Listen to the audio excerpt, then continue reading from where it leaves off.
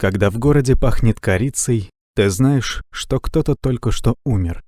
Автор Like I Did. Часть 1.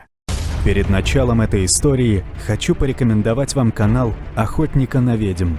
Мрачные локации, темные коридоры, заброшенные места, о которых ходят легенды, страшные кадры, жуткие, необъяснимые явления, происходящие в момент съемки, заставят вас быть в напряжении при просмотре видеороликов этого канала.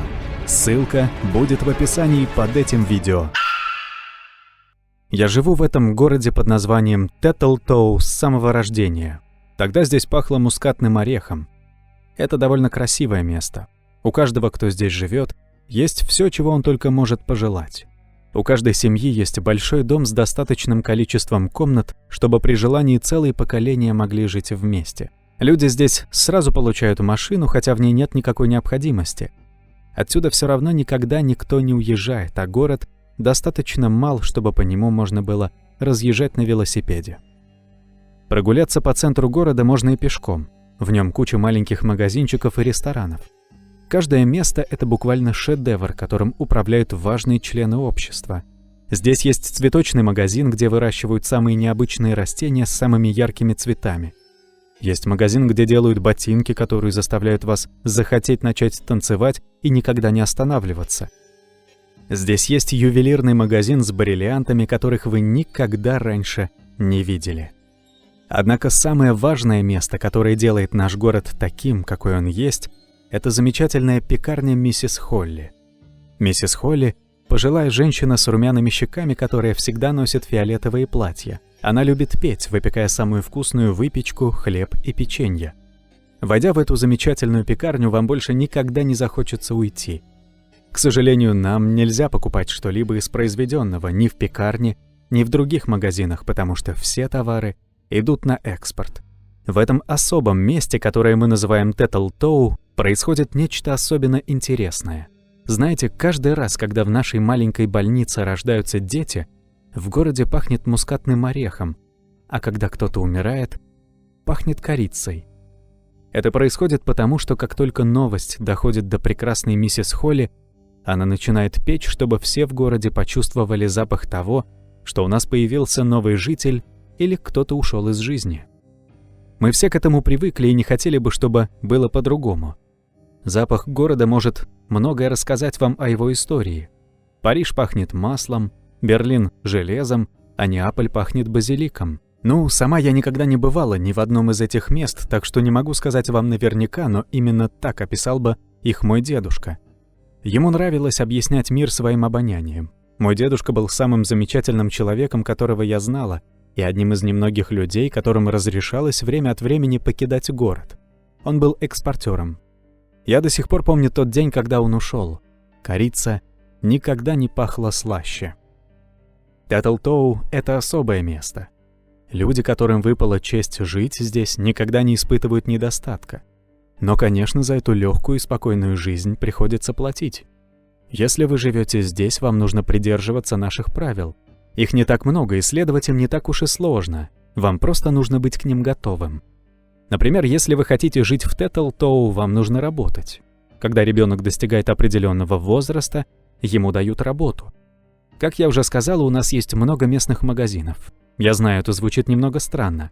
Мэрия города всегда говорит, что у нас есть все необходимое, а если мы хотим большего, то мы просто жадные и недостойны жить в этом маленьком раю. Я многого не понимала в наших идеалах. Вы работаете всю свою жизнь, но при этом вам нельзя ничего покупать. Мне это казалось странным, но мои родители с раннего возраста учили меня, что я должна следовать правилам. Теперь, когда я достаточно взрослая, чтобы работать, мне дали мою первую работу. Я думала, что мне придется работать на фабрике зубной пасты вместе с мамой и папой. Зубной пасты, от которой ваши зубы чернеют и болят. Но вместо этого я получила гораздо лучшую работу. Такой, о которой каждый ребенок в городе мог только мечтать. Я стала работать в пекарне миссис Холли. «О, Дебора, пожалуйста, входи!» Миссис Холли приветствовала меня теплой улыбкой. Было такое раннее утро, что небо все еще было черным, но я знала, что в свой первый рабочий день лучше не опаздывать. «Доброе утро, миссис Холли, и большое вам спасибо, что наняли меня. Мне было немного боязно от неизвестности моей будущей работы. Она сочувственно улыбнулась мне и махнула рукой, приглашая войти. Когда мы шли в заднюю часть пекарни, она протянула мне свой собственный фартук. «Обычно я работаю одна, но до меня дошли слухи, что они хотели назначить тебя поверяльщицей обуви, а я, конечно, не хотела бы, чтобы у тебя потом отваливались ноги». Я нахмурила брови. «Почему у меня должны отваливаться ноги?» «О, дорогая, в мэрии слышали о каком-то городе где-то в Штатах, где люди танцуют даже когда не должны. Теперь они хотят наказать их, поэтому производство увеличили. Им нужны проверяльщики, чтобы узнать, работают ли новые ботинки соответствующим образом». «Понятно», — пробормотала я. «Все товары создавались для того, чтобы наказать кого-то. Не спрашивайте меня, почему. У городского правительства, похоже, есть очень четкие представления о том, как должен выглядеть мир. Ты знаешь, что твой дедушка был моим хорошим другом? Я всегда была неравнодушна к тебе, моя дорогая. Хорошо, что твои родители догадались завести только одного ребенка здесь. Некоторые люди...» Она замолчала и улыбнулась мне, как будто чуть не сказала что-то, чего не должна была говорить. «В любом случае, я только начала делать партию сникердудлей. Поможешь мне с ними?» «Кто умер?» — выпалила я. «Ты ведь знаешь Дротлов, да? Ну, их старший сын влюбился в Дженни Дженкинс. Очевидно, он пытался подарить ей кольцо. Бедный дурачок.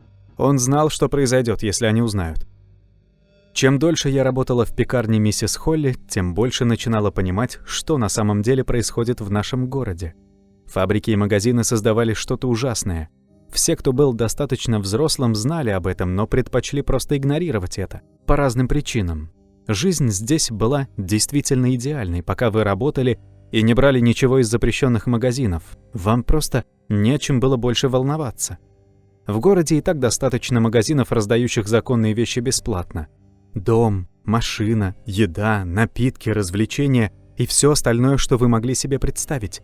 Все, что давалось людям бесплатно, было способом заставить их жить счастливо и не начинать задавать вопросы. Так как в городе существовало еще одно правило – никогда не задавай вопросов.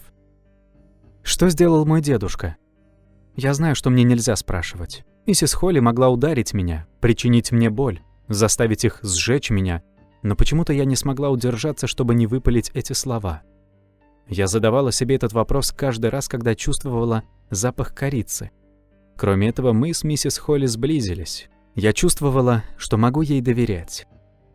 Когда я произнесла эти слова, ее глаза широко раскрылись от ужаса. «Дитя, ты сошла с ума? Разве ты не знаешь, что...»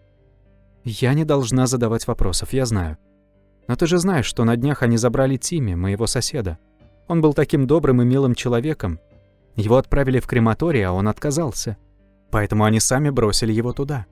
Я не знаю, что со мной случилось. Может быть, дело в том, что я становилась старше, или, может быть, пекарня заставляла меня чувствовать себя глупой и храброй.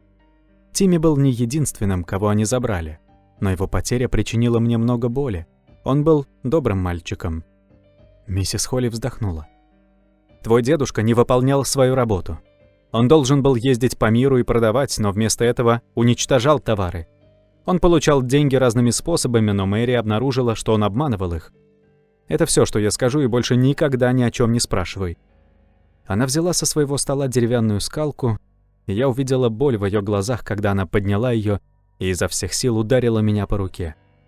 Они, вероятно, слышали, о чем я спросила, и они бы узнали, если бы она не наказала меня за это.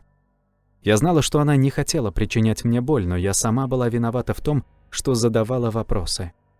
Сломанная рука стоила той информации, которую она мне дала.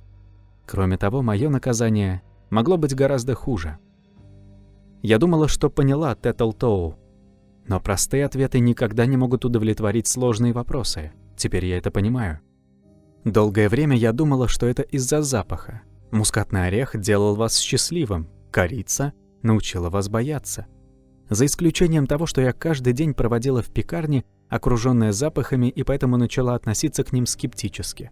Я начинаю сомневаться и понимать. Мускатный орех никого не делает счастливым. Слишком большое его количество может даже стать ядом. Было время, когда я боялась миссис Холли и запаха корицы. Для меня он означал смерть. Теперь я понимаю, что миссис Холли не пытается напугать всех запахом, она пытается скрыть запах горящих трупов. Я даже не хочу представлять, сколько сникердудлей ей пришлось испечь, после того, как они сожгли всех ее детей и мужа, когда те пытались уехать из города.